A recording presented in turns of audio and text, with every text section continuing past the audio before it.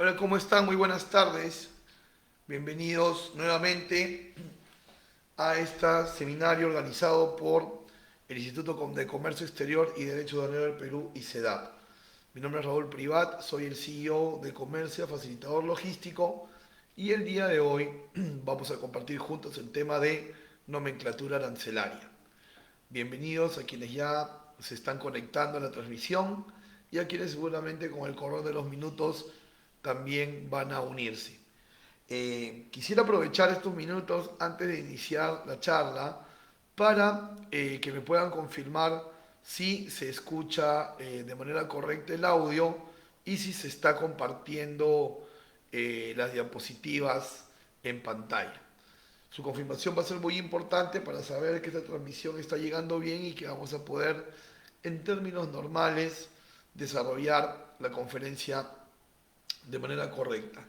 Entonces, como aprovechando en conocer sus nombres, en saber desde dónde sigue la transmisión, permítanme o por favor confírmenme que el audio está correcto y que las diapositivas se están viendo en pantalla.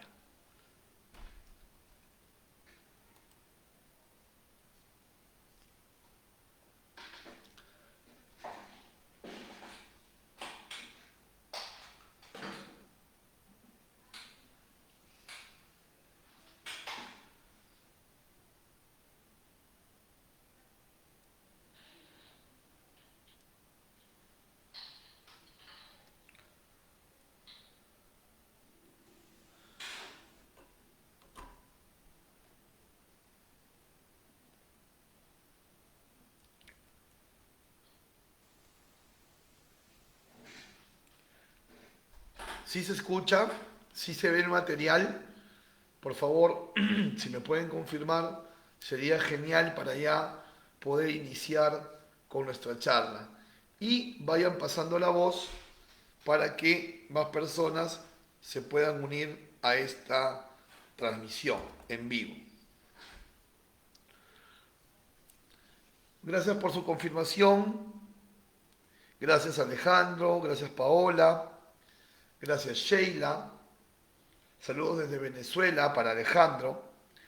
Bien, entonces vamos a ya iniciar, ¿no? Saludos también para Jenny, para Ángela, para Juana. Entonces, sabiendo que el material se visualiza y que el audio se escucha bien, pues nosotros vamos a entrar en materia. Así que hoy hablaremos de la nomenclatura arancelaria. Gracias al Instituto de Comercio Exterior y Derecho Aduanero del Perú. Para quienes recién se conectan, me presento, mi nombre es Raúl Privat, director gerente de comercio, facilitador logístico. Hoy hablaremos juntos de la nomenclatura arancelaria.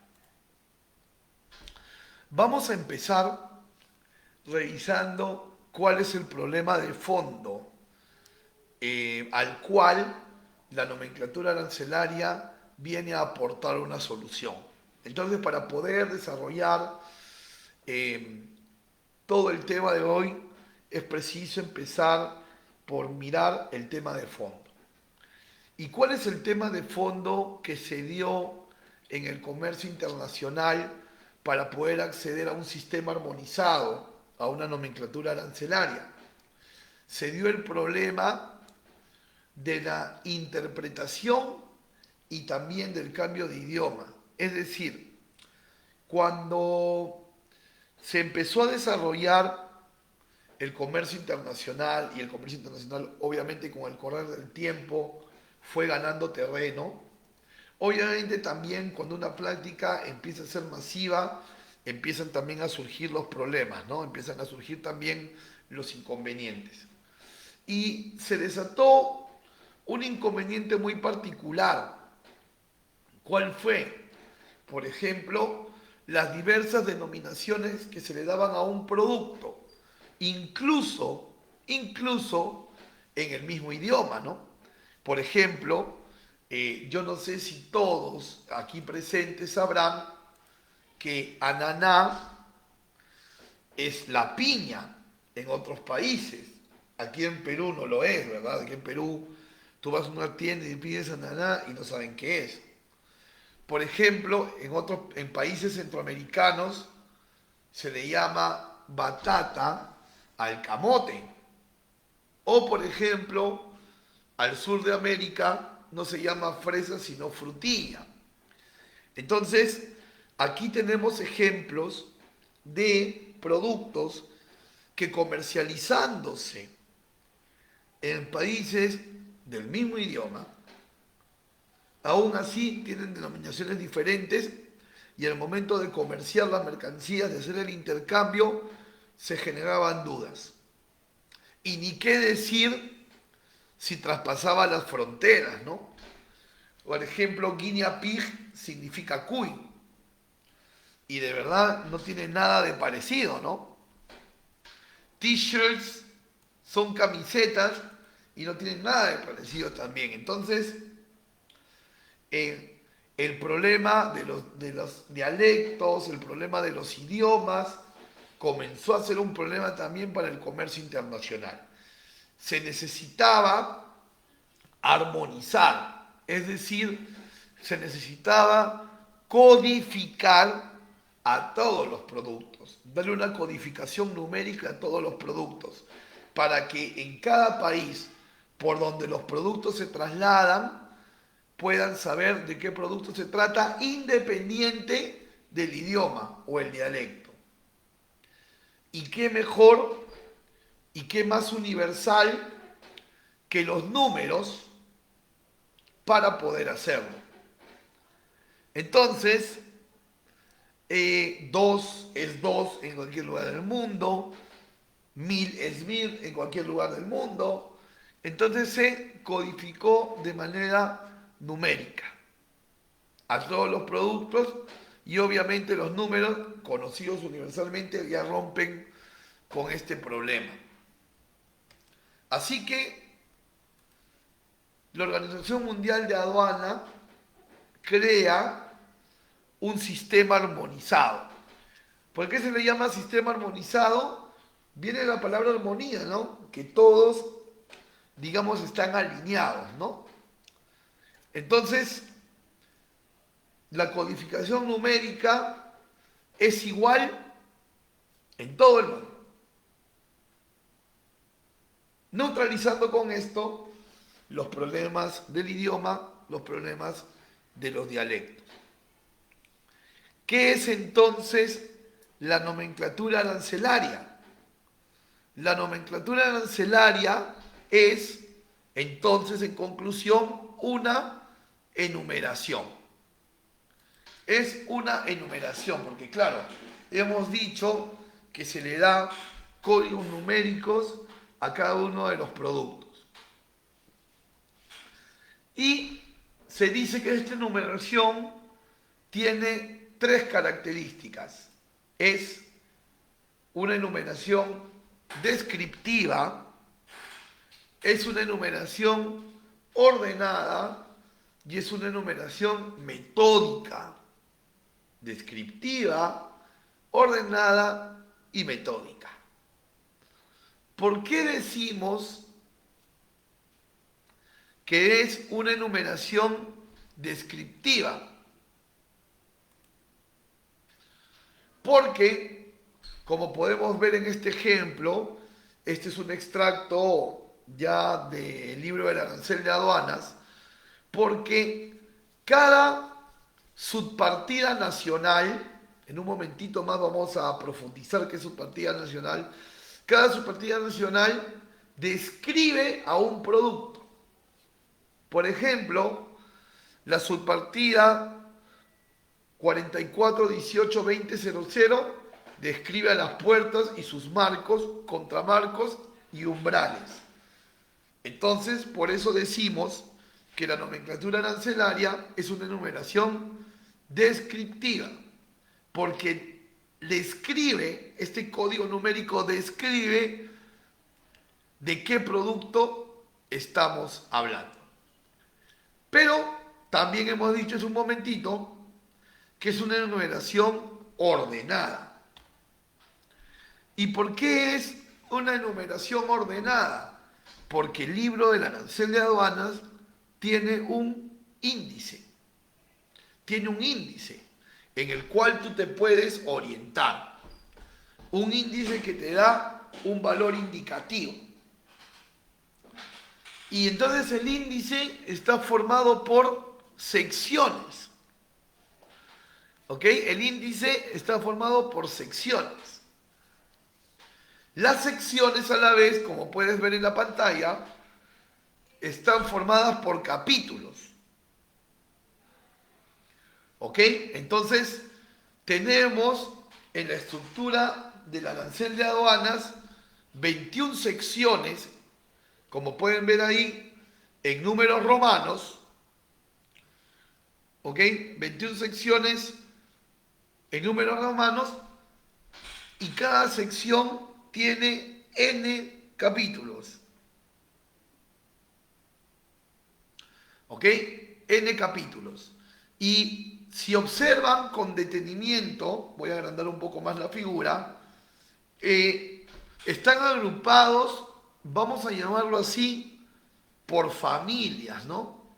Por ejemplo, la sección 1 es de animales y de los productos que se pueden sacar de los animales. Por ejemplo, la sección 2 es productos del reino vegetal. La sección 3 es, por ejemplo, de grasas animales y vegetales. Entonces, ese índice hace que se pueda ubicar mejor los productos, ¿no? Porque claramente, si están viendo bien la pantalla, claramente si yo digo dónde está el café, vamos a armar una reglita aquí. Si yo digo dónde está el café lo vamos a encontrar en el capítulo 9. ¿Ves? Aquí está, el capítulo 9. Si yo quiero ver dónde está ubicado, por ejemplo, los bistecs, los filetes de bistec, voy a ir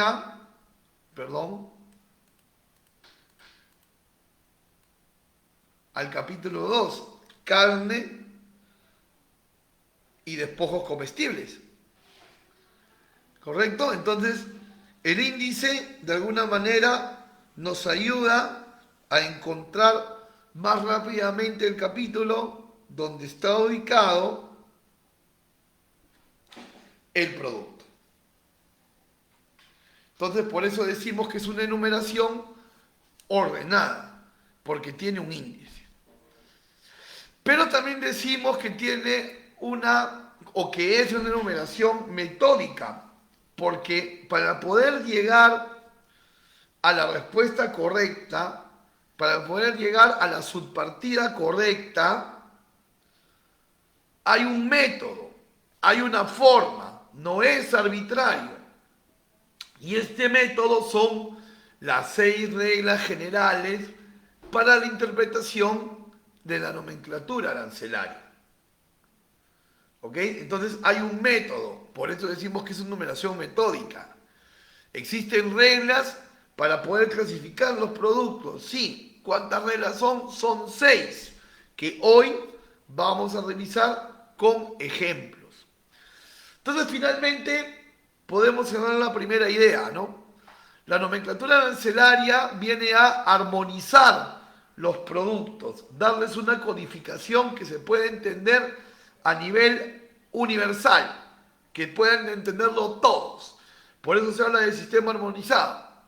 Y esta numeración convenimos en que es descriptiva, porque te describe de qué producto se habla, ordenada, porque tiene un índice, y metódica, porque hay un método para clasificar. No es a mi ocurrencia, sino que hay una metodología.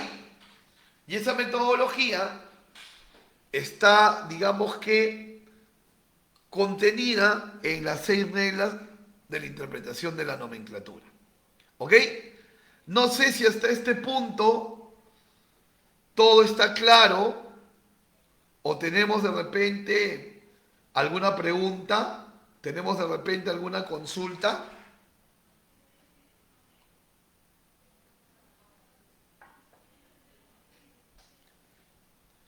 Si tenemos consultas, por favor, recuerden que tienen la barra de comentarios para poder preguntar. Si les parece que hasta aquí estamos claros, también sería genial si me pueden decir si de momento la charla se está entendiendo.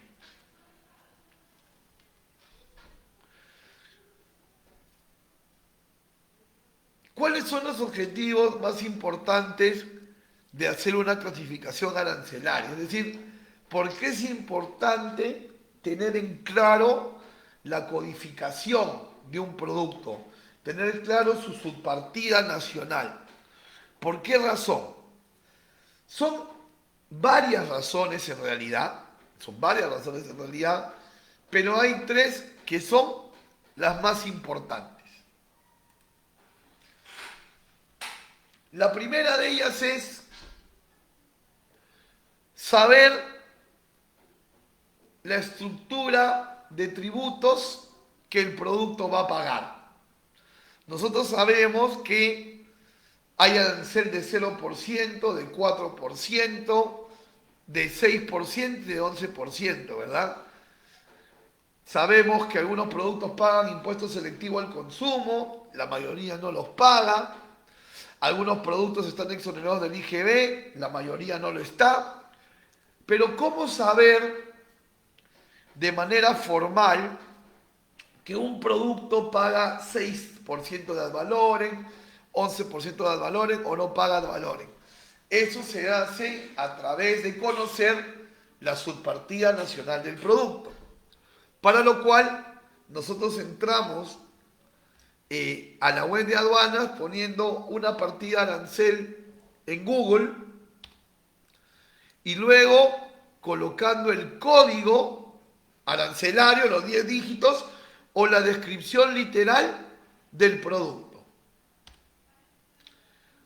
En este ejemplo que estamos viendo, yo coloco la subpartida nacional e inmediatamente en el cuadro celeste me sale los tributos que este producto pagaría.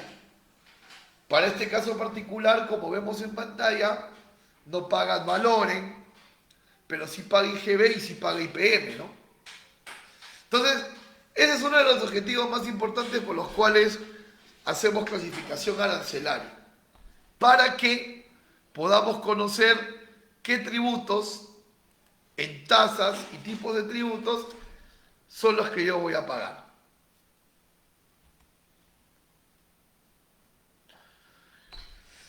El segundo gran motivo por el cual debemos clasificar de manera correcta es para saber si el producto es o no es restringido, ¿no? Muchas veces me preguntan, ¿este producto tiene permiso? ¿Este producto requiere permiso? Etcétera. Y la manera formal de saber qué restricciones tiene algún producto, la manera formal es conociendo su subpartida nacional. Por eso también es importante clasificar arancelariamente, no solo para saber los tributos que va a pagar, sino también para saber los permisos que se van a necesitar, ¿no? Y simplemente en esta misma pantalla, luego de haber visto la estructura de tributos, cliqueamos en la opción de restricciones y automáticamente vemos las restricciones, ¿no? Y por ejemplo, para esta subpartida nacional, que es de videocámaras de vigilancia, como pueden estar viendo, se requiere permiso del Ministerio de Transportes y Comunicaciones. Sin embargo, yo aconsejo, para todos ustedes que son estudiosos del comercio exterior, les aconsejo lo siguiente, ¿no? la restricción que terminamos conociendo a partir de la subpartida nacional es una restricción que luego tenemos que analizar. Porque, por ejemplo, fíjate, aquí tenemos esta columna donde estoy moviendo el cursor, que es el código del régimen. Entonces, por ejemplo, aquí no aparece el código de exportación. Significa que solo para admisión temporal, código 20, y para importación para el consumo, código 18 y código 10, se requiere permiso del MTC. Pero si el producto, en lugar de importarse, se quisiera exportar, no requiere permiso del MTC. Entonces, la restricción a la que me lleva a conocer la subpartida nacional es una restricción que puede variar según régimen aduanero. Ojo. Y también es una restricción que puede variar según cantidad. Porque si revisamos bien,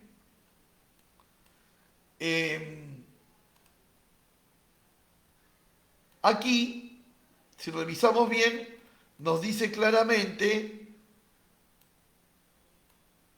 que si el número de unidades es 1, se exonera del permiso. Entonces, no solamente es conocer la subpartida y decir, ok, necesita MTC, necesita tal o necesita cual. Hay regímenes que no van a necesitar el permiso. Y hay cantidades que van a estar exoneradas. Entonces, para tener una total visión de la restricción del producto, tenemos que revisar subpartida, régimen y presentación y cantidad. Y así llegaremos a la conclusión. Aquí hay otro caso, ¿no? Estoy poniendo ahora la subpartida nacional de los biberones, la 3924101000, y aquí claramente requiere Digemit. Y en ningún momento del cuadro dice que hay alguna exoneración por cantidades, lo que sí decía en el cuadro anterior del MTC. Entonces, no necesariamente todos los ministerios van a darte alguna exoneración por cantidad, no necesariamente. Y aquí tengo otra subpartida, la 6109100039, que pertenece a los textiles. Y los textiles no tienen restricciones. Cuando un producto no tiene restricciones, aparece de esta manera en pantalla, ¿no? Un mensaje claro, no existen prohibiciones, no existen restricciones, ni de ingreso ni de salida. Entonces, clasificamos correctamente para saber la estructura tributaria y para saber también el permiso que podamos necesitar. Pero también clasificamos arancelariamente para conocer los descuentos arancelarios que estamos recibiendo por un TLC. Entonces yo cliqueo aquí en convenios, ¿ok? Le doy clic aquí en convenios, aquí, y esto me va a llevar hacia un cuadro, ¿no? Hacia un cuadro. Y entonces en ese cuadro yo voy a poder ver el tratado comercial y el porcentaje de desgravación. En conclusión, clasificando correctamente sabemos estructura tributaria, restricciones y ventajas o beneficios arancelarios por consecuencia de los TLC. Continuamos. Por favor, si tienen alguna pregunta, pueden ir dejándola ahí en la barra de comentarios. Todos estos códigos arancelarios están introducidos dentro de un libro que se llama El Arancel de Aduanas. Y el Arancel de Aduanas tiene la codificación arancelaria de todos los productos que se negocian en el mundo. Es decir, el Arancel de Aduanas básicamente lo que hace es recoger el trabajo de clasificación que ya había hecho la OMA, ¿no? Simplemente lo recoge, para ponerlo aquí en la operatividad aduanera de Perú. Pero con un detalle muy importante. El arancel de aduanas en Perú tiene rango de ley. Si puedes ver la portada del arancel de aduanas, el arancel de aduanas es un decreto supremo. El decreto supremo 342-2016, Economía y Finanzas.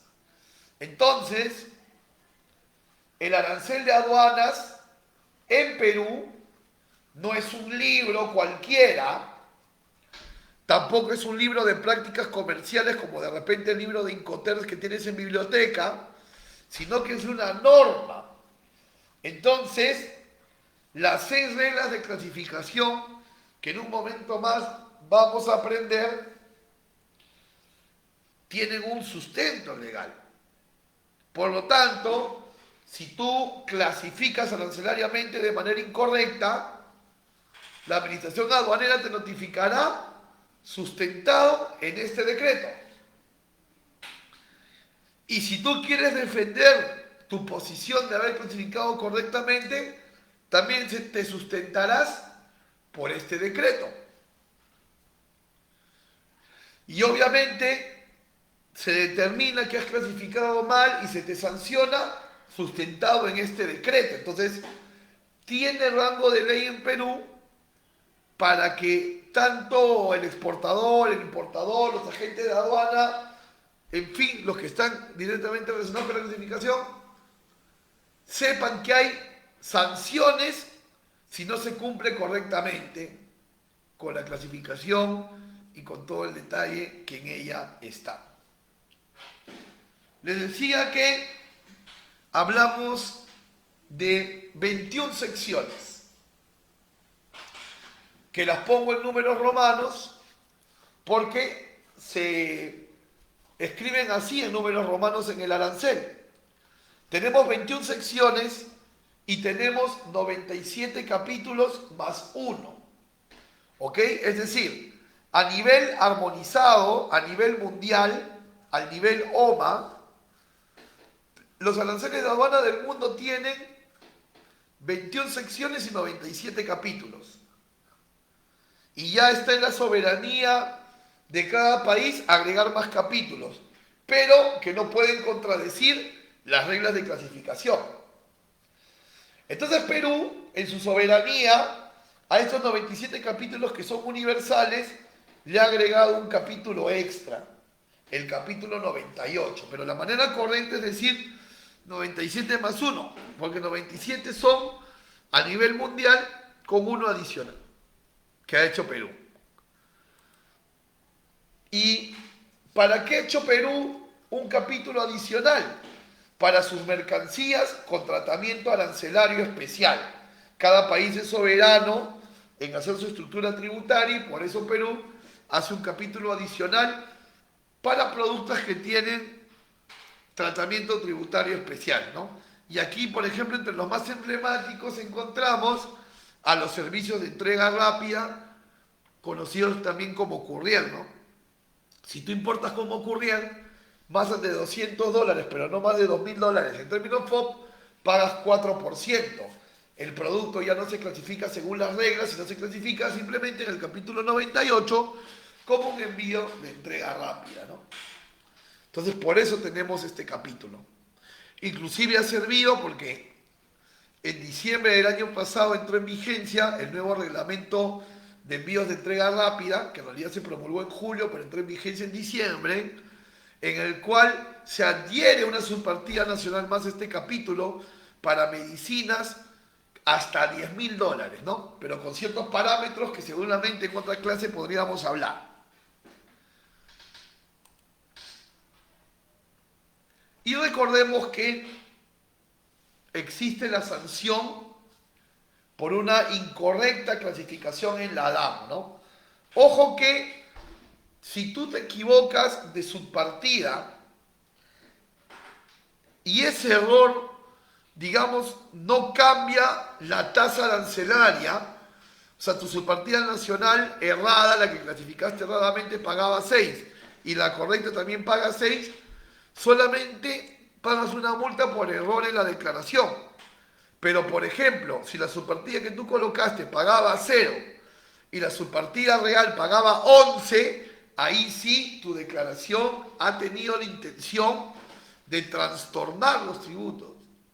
Y ahí la multa es el doble de lo que dejaste de pagar por tributos. Por eso es muy importante clasificar de manera correcta.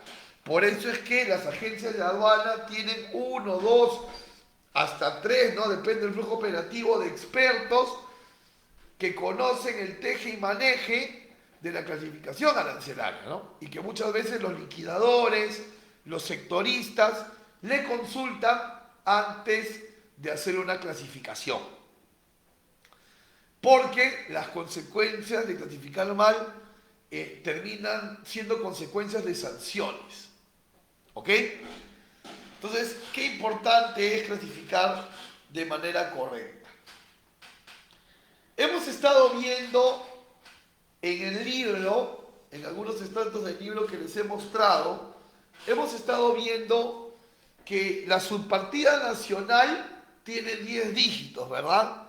Pero yo quisiera que observemos en este momento cuál es la razón de las estructuras de este código arancelario.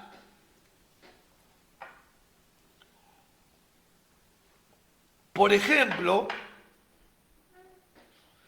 los primeros 2 dígitos son el número de capítulo. Entonces, por ejemplo, si la subpartida empieza con 09, es porque está en el capítulo 9. Si empieza con 23, es porque está en el capítulo 23 y así. Los 4 primeros dígitos corresponden a la partida arancelaria. ¿Ok? Corresponden a la partida arancelaria. Los 6 primeros dígitos corresponden al sistema armonizado. Corresponden a la subpartida del sistema armonizado. O sea que hasta aquí, ojo, hasta los primeros 6 dígitos, la clasificación es la misma en todos los países del mundo. Por eso se le conoce a los 6 primeros dígitos como la subpartida del sistema armonizado. Entonces, los 6 primeros dígitos son iguales a nivel mundial. Luego, los 8 primeros dígitos,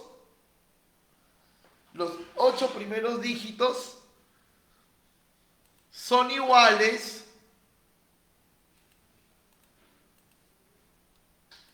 solo en la comunidad andina. Solo en la comunidad andina.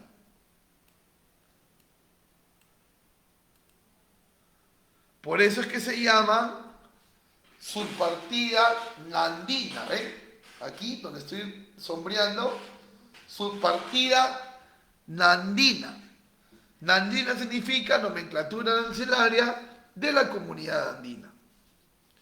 Entonces, en términos prácticos, los 8 primeros dígitos son iguales en Perú, Colombia, Ecuador y Bolivia, que son los 4 miembros de la CAM, de la Comunidad Andina de Naciones. Y finalmente, los 10 dígitos son el arancel nacional del país importador, también conocido como la subpartida nacional, también conocida como la subpartida nacional. Entonces, los 10 primeros dígitos serían igual solo en Perú. Los 10 dígitos serían igual solo en Perú. Entonces, en resumen, ¿cómo debo entender esta estructura? Fíjate, si estás negociando con un cliente o proveedor extranjero y quieren hablar del mismo producto, hablen sobre los 6 primeros dígitos, que son iguales en todo el mundo. ¿Ok? Sea que estás negociando con un proveedor internacional porque eres importador o con un cliente internacional porque eres exportador, siempre hablen en función de los 6 primeros dígitos. Si este proveedor o cliente con el que estás conversando pertenece a la comunidad andina, es ecuatoriano, boliviano o colombiano, puedes hablar en función de los 8 dígitos, de los 8 primeros dígitos. Pero si es una importación hacia Perú, o sea que el producto se va a nacionalizar en Perú, ahí sí puedes hablar sobre los 10 primeros dígitos, ¿no? En función de los 10 primeros dígitos. Es la manera de entender esta estructura.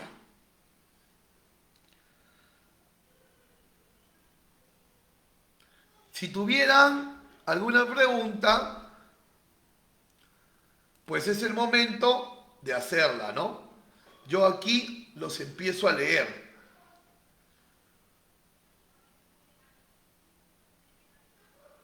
Yo los empiezo a leer por aquí.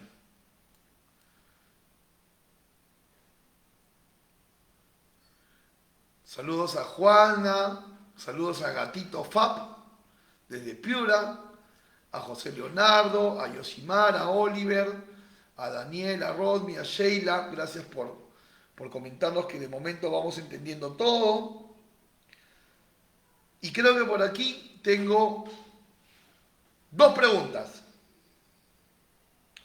Sí, aquí tengo 2 preguntas. Juana me dice cómo se clasifica una cuatrimoto. Vamos a ver las reglas de clasificación, Juana, y ahí vamos a ir aprendiendo las técnicas para llegar a tu respuesta. Leonela Guzmán dice, ¿hay multa en mala declaración en partida si es despacho anticipado? Buena pregunta. ¿Hay multa en mala declaración en la partida si es despacho anticipado? A ver, el despacho anticipado te permite hacer correcciones hasta 15 días después de la llegada de la carga, ¿correcto? Eso como punto inicial.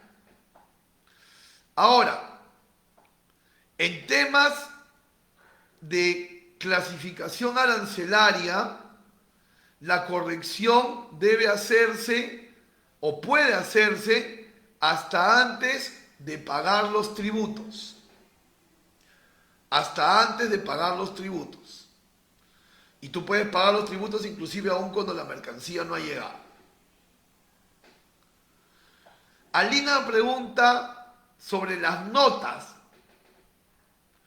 Me imagino, Alina, que me hablas de las notas de capítulo, las notas de subcapítulo, ya en un momento más que nos adentremos a estudiar las 6 reglas, vamos a hablar de las notas. Notas de sección y un ratito más, no falta casi nada. Muy bien, creo que hemos respondido las preguntas. Si tienen más preguntas, por favor, van ahí escribiendo. Nosotros continuamos aquí. Muy bien, entonces como les decía más temprano, es una enumeración metódica porque tiene 6 reglas de clasificación. Tiene 6 reglas de clasificación, ¿no? Y vamos a empezar a ver cada una de ellas. Empecemos obviamente por la regla 1. Atención, ¿ah? Empecemos por la regla 1.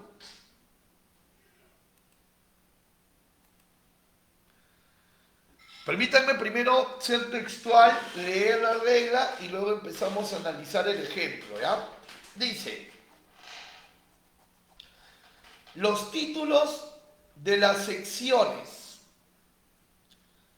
de los capítulos o de los subcapítulos solo tienen un valor indicativo, ya que la clasificación está determinada legalmente por los textos de las partidas y de las notas de sección o de capítulo. Ahí está Link, lo que me preguntaba de las notas. Te dije que ya lo íbamos a ver. Leo una vez más. Los títulos de las secciones, de los capítulos o de los subcapítulos solo tienen un valor indicativo, ya que la clasificación está determinada legalmente por los textos de las partidas y de las notas de sección o de capítulo. A ver, ¿qué quiere decir esto? Me está hablando de conceptos nuevos, ¿ah? Me está hablando de secciones, secciones de capítulo, secciones de subcapítulo. Y me dice que estas secciones solo tienen un valor indicativo, o sea que yo me puedo orientar de los títulos,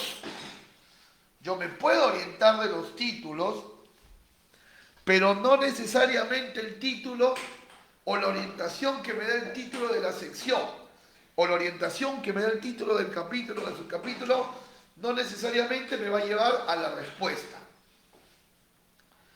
Ya que me dice que en realidad la respuesta está en el texto de la partida y en las notas de sección o de capítulo. O sea que en realidad quienes me van a llevar a las respuestas son los textos de la partida y las notas de sección. Los títulos solo me orientarán. ¿Ok? Es la manera como lo debo entender. Esto es un título de sección. ¿Cómo reconozco un título de sección? Porque está debajo de la palabra sección. Por ejemplo, animales vivos y productos del reino animal es un título de sección. ¿Cómo reconozco un título de capítulo? Porque el título de capítulo está al costado del número arábico, ¿correcto? Está al costado del número arábico que lo acompaña, ¿no? Animales vivos, carnes y depósitos comestibles, pescados y crustáceos, esos son títulos de capítulo.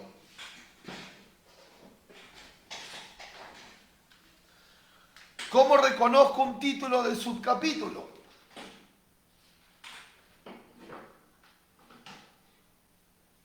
Porque el título de subcapítulo siempre va a estar en negrita, ¿no? Siempre va a estar en negrita y son 4 dígitos, como ya lo hemos aprendido un poquito más temprano. Entonces, títulos de sección, títulos de capítulo, títulos de subcapítulo. Y me dice que orientarme por ellos sí me va a ayudar, pero no son la respuesta final. La respuesta final va a estar determinada por el texto de la partida y las notas de sección. El texto de la partida es la descripción, ¿no? Ese es el texto de la partida, la descripción. Vamos a ver un ejemplo. Necesitamos clasificar un potro reproductor de raza pura. Necesitamos clasificar un potro reproductor de raza pura. Por valor indicativo, por índice, vamos a ir a la sección 1, porque es animales vivos. Si es un potro reproductor, tiene que estar vivo. Y luego vamos a ir por valor indicativo también hacia un capítulo. Y probablemente, obvio que sí, me voy a animar por el capítulo 1 de animales vivos. ¿Ok? Me voy a animar por el capítulo 1 de animales vivos. Hasta ahí me estoy acercando a la solución por valor indicativo. ¿Ok? Estoy acercando a la solución por valor indicativo. Sección 1, animales vivos, capítulo 1, animales vivos. Porque es un potro reproductor. Muy bien. Pero recuerda que me dijeron que la respuesta estaba determinada por el texto de partida y también estaba determinado por las notas. Esto que estoy enmarcando en color verde es una nota de sección. ¿Cómo reconozco que es una nota de sección? Porque está debajo del título de sección. Porque está debajo del título de sección. Vamos a leer la nota 1. Vamos a leer la nota 1.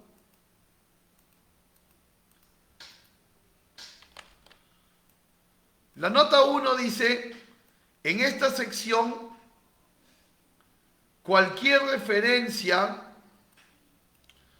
a un género o a una especie determinada de un animal se aplica también, salvo disposición en contrario, a los animales jóvenes de ese género o de esa especie. Entonces nosotros en el ejemplo de los textos de partida que están aquí,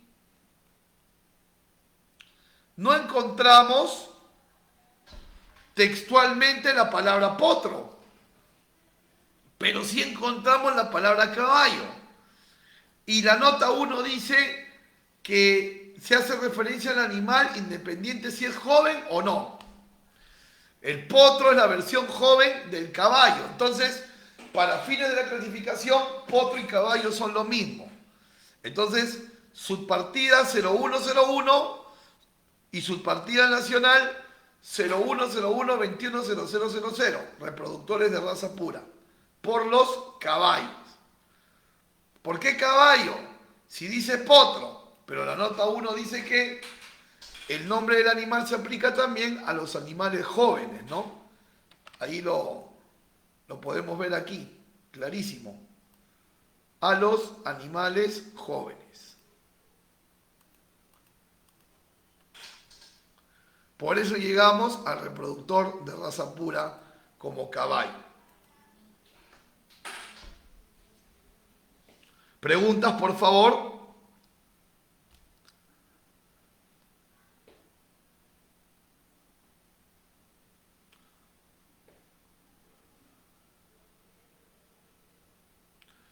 Víctor, en el caso tuyo ya no sería animal, pues, ¿no?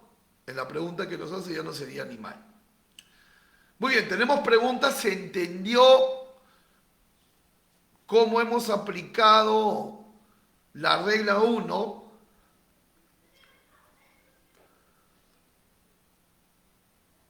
¿Sí? Mientras me comentan, vamos a ver un segundo ejemplo.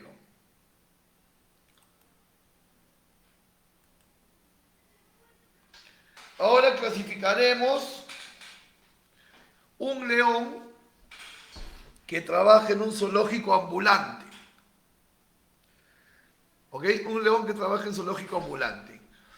A ver, por valor indicativo, aplicando la regla 1, entenderíamos que sería en la sección de animales vivos. Porque si es un león que trabaja en un circo como atracción de un zoológico, está vivo, ¿no? Y deberíamos de ir por valor indicativo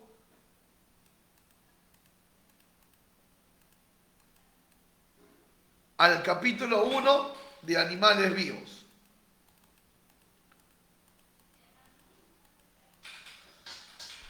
Perfecto.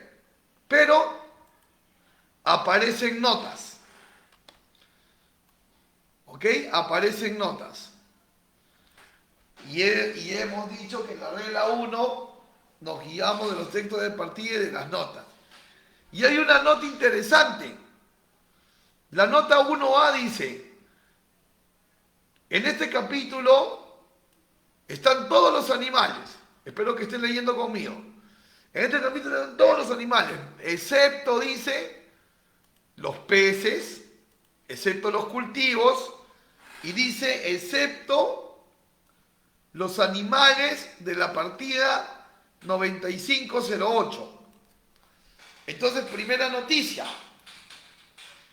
Hay animales también en el capítulo 95, pues los dos primeros dígitos son capítulos. Hay también animales en el capítulo 95 y la nota del capítulo me está llevando hacia ahí. Y efectivamente, cuando miro la subpartida 9508, encontramos que ahí están las atracciones de zoológico. Por lo tanto, por la finalidad de León, se clasifica en el capítulo 95 y no en el capítulo 1. ¿Cómo hemos llegado a esa conclusión? Por las notas y por los textos de partida, cumpliendo con lo que pide la regla 1. ¿Ok? Muy bien. A ver, Rosmi, me dices el 21 de dónde sale. ¿Qué 21, Rosmi? Si me puedes especificar un poquito más sería genial. Muy bien, entonces ya hemos terminado de hablar y de ejemplificar la regla número 1. Vamos a pasar ahora a la regla número 2. Y si por ahí hay preguntas, en un momento más haremos un bloque para resolverlas. Vamos a la regla 2. Permíteme primero leerla y luego hacemos la interpretación y el ejercicio. Dice, cualquier referencia a un artículo en una partida determinada alcanza al artículo incluso incompleto o sin terminar, siempre que esté presente la característica esencial del artículo completo o terminado. Alcanza también al artículo completo o terminado o considerado como tal en virtud de las disposiciones precedentes cuando se presente desmontado o sin montar todavía. Voy a resumirlo, voy a aterrizarlo mejor porque obviamente este es el objetivo de esta clase. En conclusión, la regla 2A nos dice esto, que para la nomenclatura arancelaria un producto incompleto se clasifica como si estuviera completo. Un producto sin terminar se clasifica como si estuviera terminado. Un producto que no está montado se clasificaría como si estuviera montado. Y un producto desarmado se clasificaría como si estuviera armado. O sea que para la subpartida, para la nomenclatura arancelaria, no hay distinción entre producto incompleto o completo, pero con una condición. Con una condición. Dice, siempre que esté presente la característica esencial del producto. Entonces, para la clasificación arancelaria, un producto incompleto se clasifica como completo si dentro de su composición está presente lo que le confiere el carácter esencial, lo que le da la identidad. Vamos con ejemplos.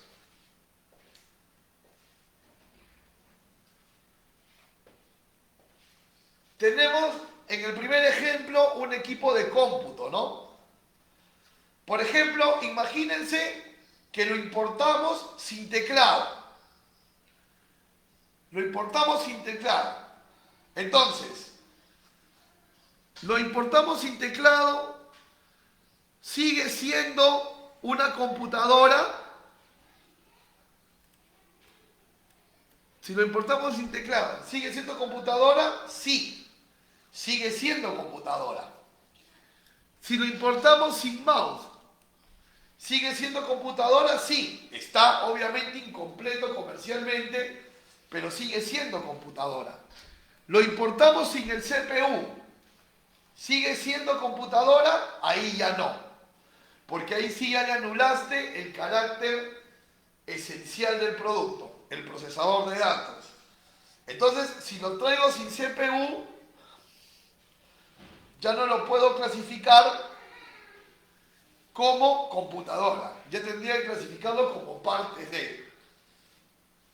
¿Correcto? Ahí sí ya no podríamos aplicar lo de que incompleto es completo, porque le falta la parte esencial. En el segundo ejemplo, estamos viendo un ropero de madera, que obviamente está viniendo desarmado, ¿no? Como los que compramos en Promar, en Maestro, etc. El ropero viene desarmado, pero como sus piezas están completas, es un ropero.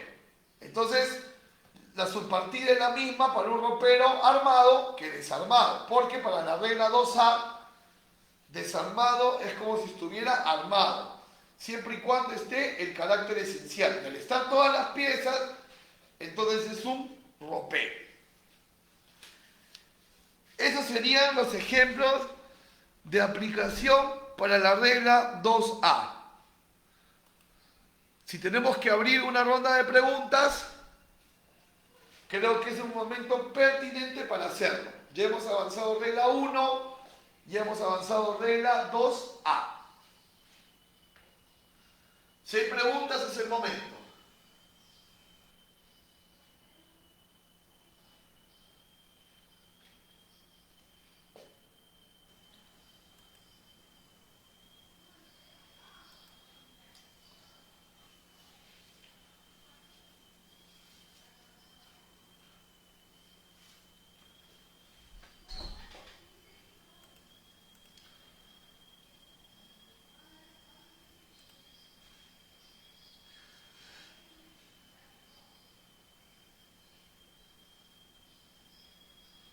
Muy bien, la regla 2B nos habla de productos mezclados. Claramente la regla 2B, como lo ves en pantalla, nos está hablando de productos mezclados.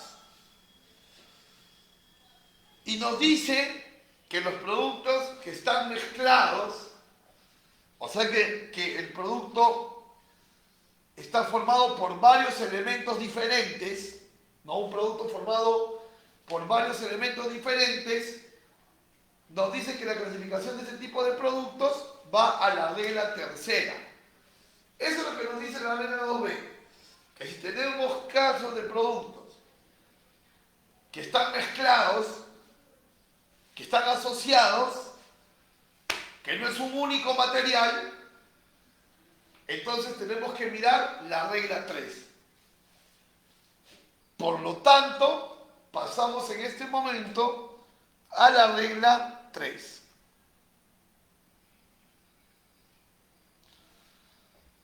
La regla 3 tiene 3A, tiene 3B y tiene 3C. Pero antes de especificar 3A, 3B y 3C, tiene un primer párrafo que dice: cuando una mercancía pudiera clasificarse en principio en dos o más partidas por aplicación de la regla 2B o en cualquier otro caso, la clasificación se efectuará como sigue. Pero mira qué interesante, dice, cuando una mercancía pudiera clasificarse en principio en dos o más partidas.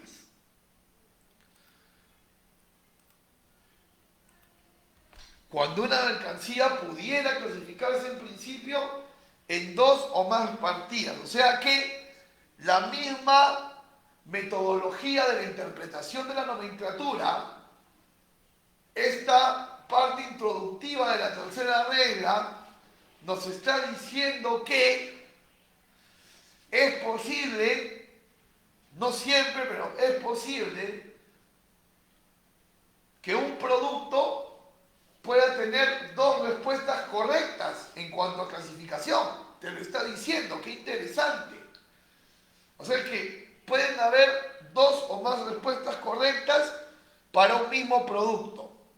Pudiera ser, pero esto nos lo va a despejar más ya la profundidad en la regla 3A, 3B y 3C. Entonces, cuando una mercancía pudiera clasificarse en principio en dos o más partidas por aplicación de la regla 2B o en cualquier otro caso, la clasificación se efectuará como sigue. Regla 3A. La partida con descripción más específica tendrá prioridad sobre la partida de alcance más genérico. Esas dos primeras líneas de la regla 3A son muy interesantes. La partida con descripción más específica tendrá prioridad sobre la más genérica. Entonces, hace un momento hemos dicho, un producto pudiera tener dos o más respuestas correctas en cuanto a su partida. Pero ya estas dos primeras líneas de la 3A te empiezan a descremar esa idea, porque te dicen que lo específico está por encima de lo genérico. Entonces, si yo llego a tener aparentemente dos subpartidas correctas para un producto, ¿cuál priorizaré? La que en su texto sea más específica con el producto. Entonces ahí ya descarto que las dos respuestas. ¿Ok? Ya nos va descremando un poquito la regla 3A. Pero la regla 3A continúa, no termina. Y la regla 3A nos dice, sin embargo, cuando dos o más partidas se refieran cada una solamente a una parte de las materias que constituyen un producto mezclado o un artículo compuesto, o solamente a una parte de los artículos, en el caso de mercancías presentadas en juegos no surtidos, acondicionados para la venta al por menor, tales partidas deben considerarse igualmente específicas para dicho producto o artículo, incluso si una de ellas lo describe de manera más precisa o completa.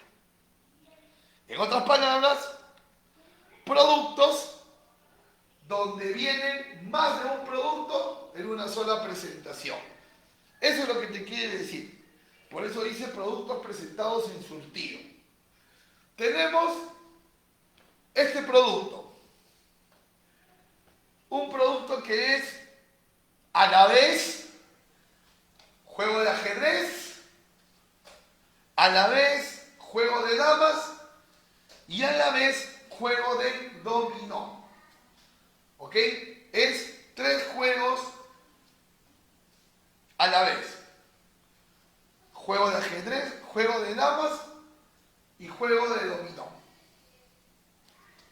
Entonces, ¿lo clasifico como juego de ajedrez? ¿Lo clasifico como juego de damas o como juego de dominó? Aparentemente, si hubieran tres subpartidas específicas, que una hablara de ajedrez, otra de damas y otra de dominó, podría clasificársela en alguna de las tres, porque estaría bien clasificado, ya que la regla 3A nos dice, cuando un producto es compuesto, basta que la subpartida mencione a uno de los componentes y ya está. Entonces, yo podría clasificarlo solo como juego de ajedrez y estaría bien, solo como juego de damas y estaría bien, solo como juego de dominó y también estaría bien. Pero no existe subpartida específica de ajedrez o subpartida específica solo de damas o solo de dominó. Pero sí hay una subpartida que se llama juego de ajedrez y damas. Y hemos dicho lo específico sobre lo genérico. Esta sería la subpartida correcta, porque no hay ninguna subpartida textual que hable del dominó, pero sí hay una textual que habla del ajedrez y de la dama. De los tres componentes se están mencionando dos, y la regla decía que mencione uno era suficiente. Esa es la aplicación de la regla 3A.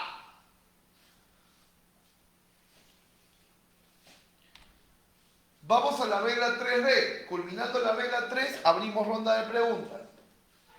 Regla 3B. Paso a leer. Los productos mezclados. Las manufacturas compuestas de materias diferentes o constituidas por la unión de artículos diferentes y las mercancías presentadas en juego surtido, acondicionado para la venta al por menor, cuya clasificación no puede efectuarse aplicando la regla 3A, se clasifican según la materia o en el artículo que les confiera su carácter esencial, si fuera posible determinarlo. También esta 3B nos habla de los productos compuestos, pero productos compuestos donde sí es posible determinar que uno de los dos es el más importante. Por ejemplo, ¿por qué tendríamos que decir que el ajedrez es más importante que las damas, o la dama más que el dominó, o así? No se podría determinar. Pero en el 3B es para productos que sí se pueden, fíjate. Ese es un producto compuesto, pero queda clarísimo que comercialmente hay uno predominante, el yogur. Es un yogur con galletitas, pero se clasifica como yogur porque es el que le da el carácter esencial al producto. O por ejemplo una caja con una botella de ron con 2 vasitos de regalo, ¿no? Con 2 vasitos de regalo. La gente no compra el producto por el vasito, lo compra por el ron. El producto comercial es el ron. También es un producto compuesto, pero uno es el esencial. Entonces no se clasifican los vasos, se clasifica el ron. Ese sería el uso de la regla 3B. Y la regla 3C, nos habla de aquellos productos que no se van a poder clasificar ni usando la regla 3A ni usando la regla 3B, sino simplemente revisando dentro de las opciones en el capítulo, dentro de las opciones en el subcapítulo, cuál es la más razonable a tener en cuenta. ¿Ok? ¿Cuál es la más razonable a tener en cuenta? Ejemplos. Estamos viendo aquí un disco de polímero para diseñar prótesis. No es una prótesis dental, es el insumo para la prótesis. Y los polímeros están razonablemente dentro de los subcapítulos 3901 a 3906.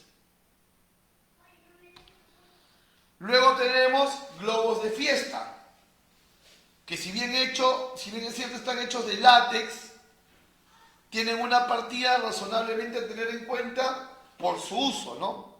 Dice clarísimamente ahí, artículos para fiestas, y obviamente un globo es un artículo para fiesta. O por ejemplo esta piscina, ¿no? Hay toda una opción, hay varias opciones dentro de la 9506, pero como el texto del título de su capítulo dice piscinas, obviamente, razonablemente tenerlo en cuenta dentro del subcapítulo 9506.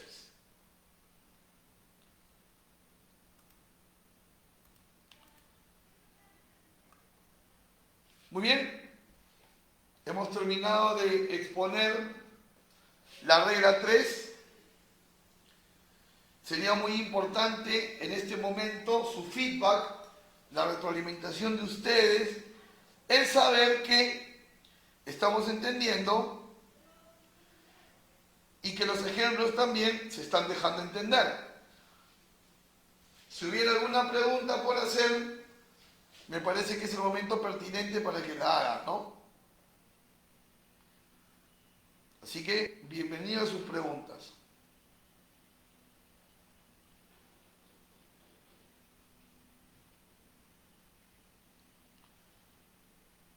Si es que las tuviesen, claro está.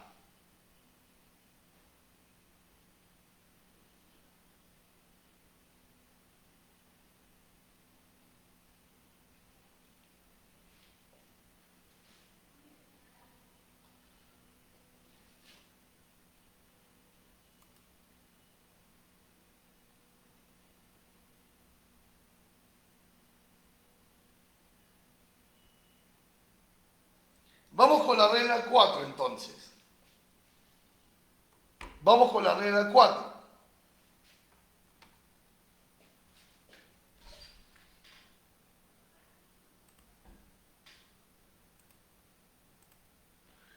Dice, las mercancías, regla 4, las mercancías que no pueden clasificarse aplicando las reglas anteriores, o sea, la 1, la 2 y la 3, las mercancías que no puedan clasificarse aplicando las reglas anteriores, se clasificarán en la partida que comprenda aquellas con las que tenga mayor relación. O sea, con la partida con la que esté más relacionada o que se asemeje más al producto, ¿no? Que no sea, de repente no es textual, de repente el nombre del producto no es textualmente el nombre de la subpartida, no es textual, pero se asemeja y guarda mayor relación. Por ejemplo, chups de hielo, que obviamente se comercializan congelados, ¿no? Ustedes seguramente los han probado, de hecho que sí. Los que somos ochenteros o setenteros, los comíamos ni bien terminaba el partido del fulbito, ¿se acuerdan? Esos chups de hielo, congelados, de diferentes sabores. Los podemos clasificar en la subpartida de helados. ¿Por qué? Porque obviamente un chup de hielo comercialmente se llama chup, pero es muy semejante a un helado de hielo, a un helado de paleta de hielo. Por eso lo podemos clasificar en helados que no contengan leche ni productos lácteos. O sea, podemos clasificarlo como un helado de hielo, ¿no? Como un helado bebé, por ejemplo, si se acuerdan. Entonces, la subpartida con la que guarde mayor relación. No se llama literalmente chup de hielo, pero se asemeja mucho, lo dice la regla 4, ¿no? Asemejarse al helado de hielo se le clasifica como helado de hielo. Otro ejemplo de la regla 4. Dice, nombre comercial, agua con electrolitos. No es mineral, sí tiene gas y no está endulzada. Entonces, comercialmente la gente la compra como agua con electrolito, pero no existe una partida específica de agua con electrolito. Pero sabemos que esta agua con electrolito no es mineral, por lo tanto la vamos a clasificar en las aguas no minerales. Sabemos que es gaseada y que no tiene endulzante, ¿no? Entonces acá dice aguas incluida el agua mineral, o sea, están todas las aguas, la mineral y no mineral, estamos bien. Dice, sin adición de azúcar, pero gaseada. Entonces la subpartida sería la 2201100030. No tengo una partida textual de agua con electrolito, pero viendo sus demás características, que no es mineral, que es gaseada y que no está endulzada, es la subpartida con la que mayor analogía, la subpartida con la que mayor relación guarda. Esa es la regla 4.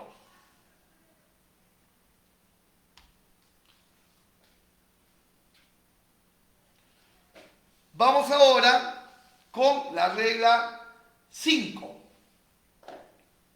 Regla 5. La regla 5 básicamente mira qué pasa con los embalajes de los productos. ¿Ok? Por ahí va el asunto. La regla 5 mira básicamente qué pasa con los embalajes de los productos.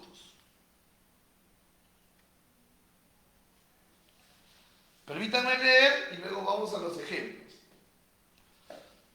Los estuches para cámaras fotográficas, instrumentos musicales, armas, instrumentos de dibujo, collares y continentes similares especialmente apropiados para contener un artículo determinado o un juego surtido, susceptibles de uso prolongado y presentado con los artículos a los que están destinados, se clasifican con dichos artículos cuando sean de los normalmente vendidos con ellos. ¿Ok? Entonces, ¿qué quiere decir esto? Un producto con su estuche, solo vamos a clasificar el producto. Cuando un producto es importado con su propio estuche, solo clasificamos el producto. No clasificamos el estuche. Pero siempre y cuando, por eso lo he puesto en rojo, ese estuche sea el normalmente vendido con ellos. Por ejemplo, si yo importo guitarras en estuches de órganos electrónicos, no me lo va a permitir la aduana. No me va a permitir clasificarlos como uno solo. ¿Me dejo entender? Si yo traigo guitarras en estuches de órganos electrónicos, no lo puedo clasificar solo como guitarra. Voy a tener que clasificar dos ítems. Estuche para órganos electrónicos y guitarra. ¿Por qué? Porque un estuche de órgano electrónico no es un estuche de guitarra. Entonces, de alguna manera también esta regla evita que los estuches se vuelvan contrabando, ¿no? Si yo traigo laptops en estuches de trompetas, me van a pedir que clasifique el estuche de trompetas aparte y las laptops aparte. ¿Ok? Solamente cuando el producto viene con su estuche comercial, con el que comercialmente se vende, ahí nomás nos dedicamos a clasificar solo al producto. ¿Ok? Solo al producto.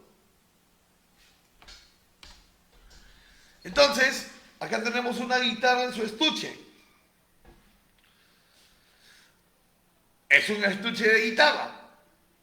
¿Correcto? No hay mayor problema. Y es un estuche de los comercialmente vendidos con la guitarra. Por lo tanto, la respuesta aquí sería los demás. Porque son los demás instrumentos musicales de cuerda como la guitarra, ¿no? Acá dice de arco es el violín, por ejemplo, o el cello. Entonces serían los demás. Pero ¿qué pasaría, por ejemplo, si traigo la guitarra, pero con un estuche de oro, totalmente de oro? No me permitirían aplicar esta regla, porque un estuche de oro no es el normalmente vendido con el producto, ¿no? Por eso aquí lo he puesto en rojo. Cuando sea de los tipos normalmente vendidos con ellos. Entonces, no me interesa si el estuche es de cuero, de madera, de plástico, de nótex. Mientras sea normalmente vendido con ellos, solo clasificaré el producto. Nada más. Y no el estuche. Vamos con la regla 5B. La regla 5B nos dice, salvo lo dispuesto en la regla 5A, la que acabamos de aprender, salvo lo dispuesto en la regla 5A, los envases que contengan mercancías se clasifican con ellos cuando sean de los tipos normalmente utilizados para esa clase de mercancía. Sin embargo, esto no es obligatorio cuando los envases sean susceptibles de ser utilizados razonablemente de manera repetida. Sin embargo, esta disposición no es obligatoria cuando los envases sean susceptibles de ser utilizados razonablemente de manera repetida. ¿Qué significa esto? Por ejemplo, estos son envases que se usan razonablemente de manera repetida.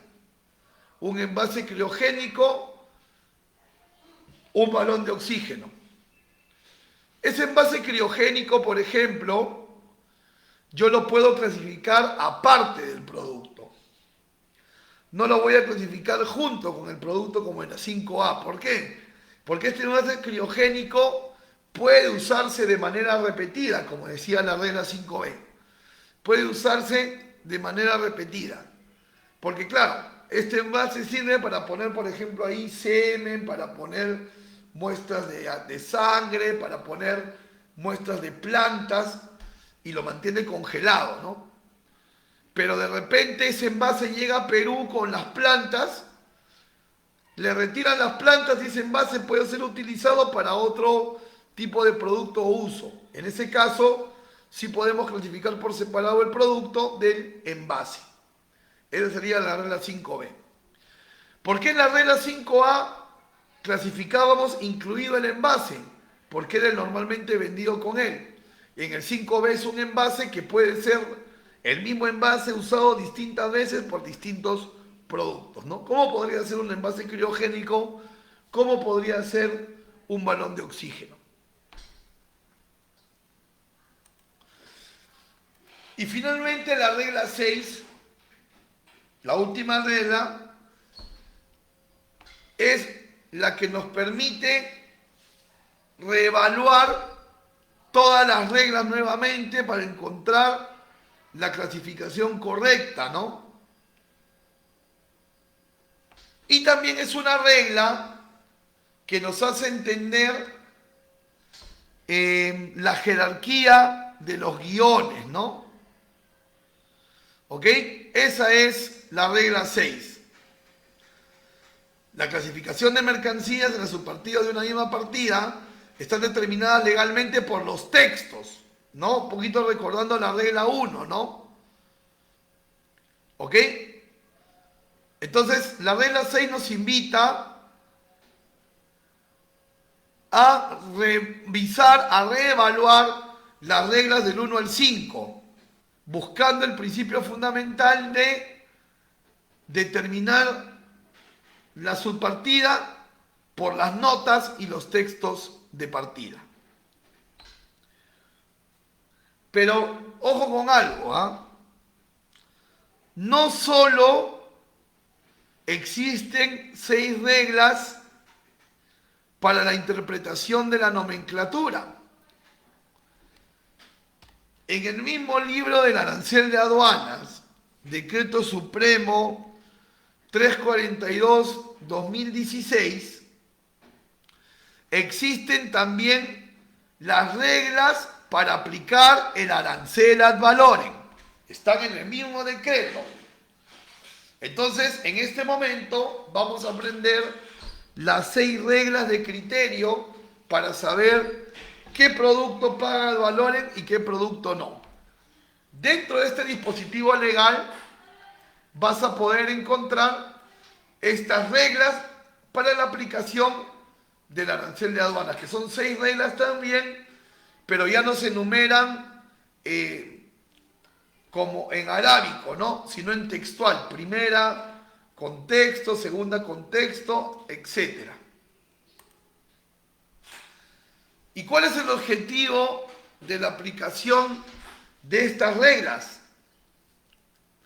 Saber cuándo se pagan aranceles, saber cuándo no se pagan aranceles, saber técnicamente qué es una muestra y cuándo también se pueden dar bases imponibles especiales. Vamos a la regla primera. La regla primera dice: todas las mercancías que sean importadas al Perú estarán sujetas al pago de derechos arancelarios ad valorem señaladas en la correspondiente subpartida nacional, salvo aquellas comprendidas en regímenes especiales de importación o en tratados. Entonces, ¿qué nos dice la primera regla? Tú vas a pagar la tasa ad valorem que esté definida según la subpartida nacional de tu producto. Tú pagas 6 de ad valorem porque tu subpartida en el decreto supremo lo dice así. Tú pagas 0 ad valorem porque tu subpartida lo dice. O pagas 11 porque tu subpartida lo dice. Entonces, yo estoy obligado a pagar la tasa ad valorem según mi subpartida. Sin embargo, Hay dos excepciones de esta regla. Número uno, si yo me acojo a un TLC, ya no pago la tasa que dice el arancel de aduanas, sino pago la tasa que dice el TLC, siempre y cuando presente mi certificado de origen. Segunda excepción a la regla, yo voy a pagar 0 ad valorem y no 6 y no 11 si es que mi producto se encuentra dentro de los mencionados en el artículo 147 de la Ley General de Aduanas en las inafectaciones. ¿Ok? El artículo 147 te da las inafectaciones. Por ejemplo, las importaciones que hacen las universidades no pagan ad valorem, los productos que no valen más de $200 no pagan ad valorem, los premios no pagan ad valorem. Entonces, por más que la subpartida diga que sí lo pagan, si están exoneradas o inafectas por el artículo 147, no se hace caso a la arancel de aduanas, sí se hace caso a la ley y no se cobra el tributo.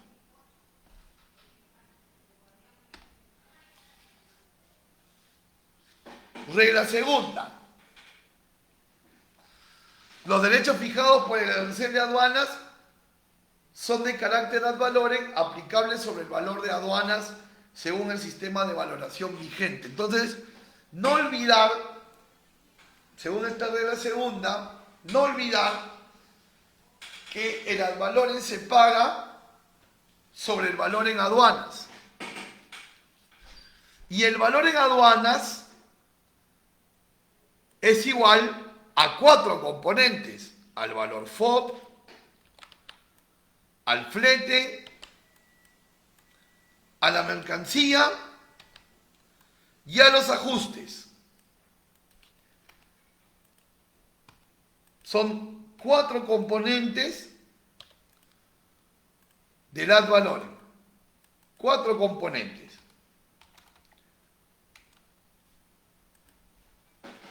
Pero recuerda que si no hay duda razonable, sacamos este de aquí y solo tributa sobre el valor de FOB, flete y seguro.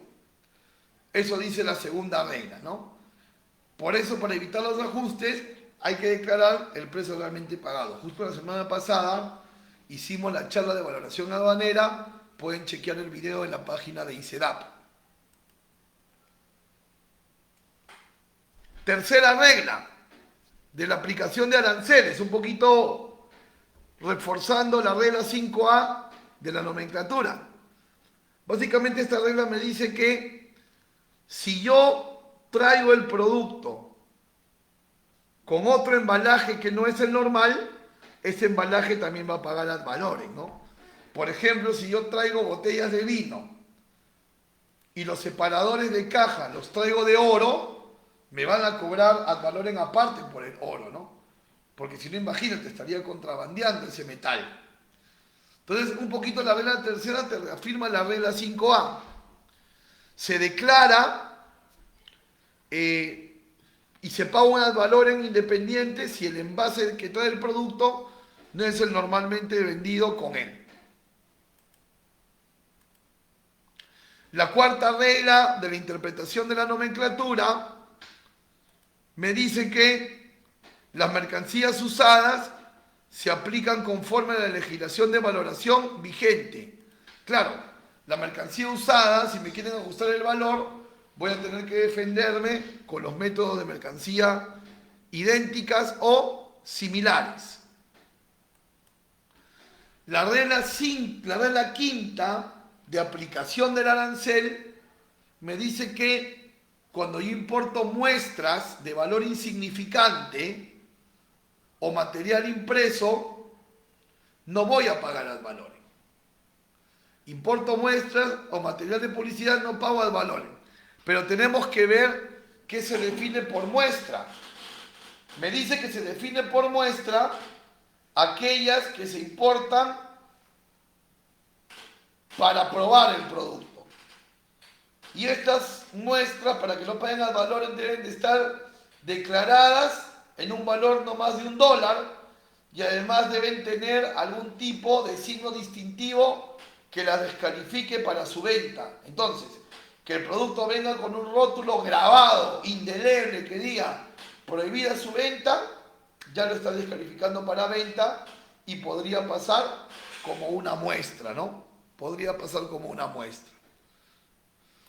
Y si es material impreso, tampoco va a pagar al valor, siempre que el material impreso, nos dice esta regla cuarta, se clasifique en el capítulo 49 del sistema armonizado, ¿no? Y no tenga series repetidas. Eso nos dice la quinta regla de aplicación del arancel. Y la sexta regla de aplicación del arancel nos habla de la importación de muestras médicas. Si nosotros traemos, esto es solo para muestras médicas, ¿ah?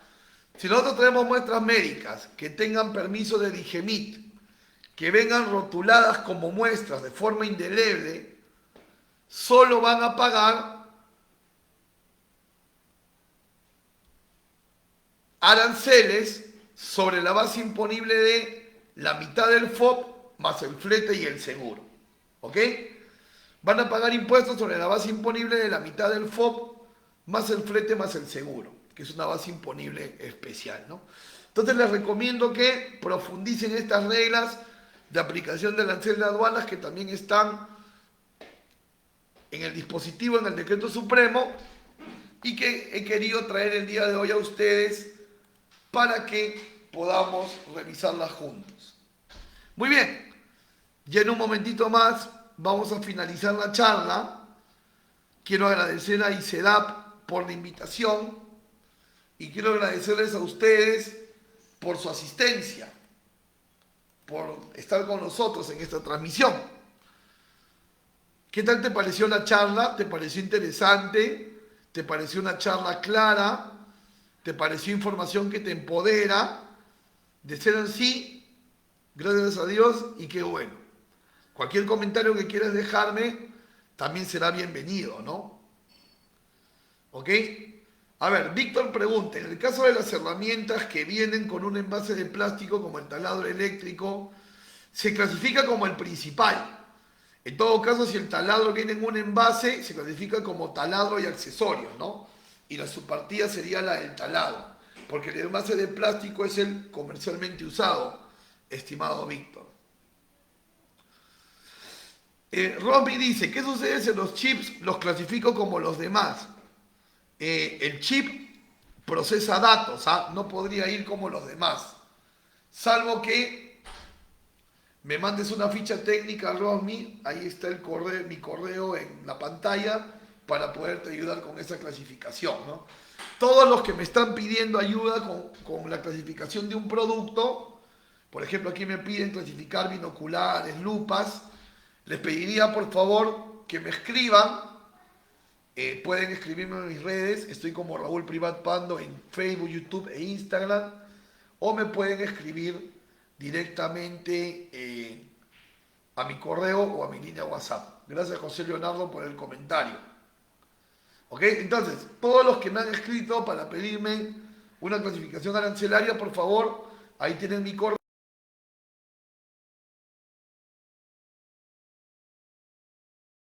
Los voy a ayudar con él. Y si no, me escriben. A veces suele pasar que nos acordamos de la pregunta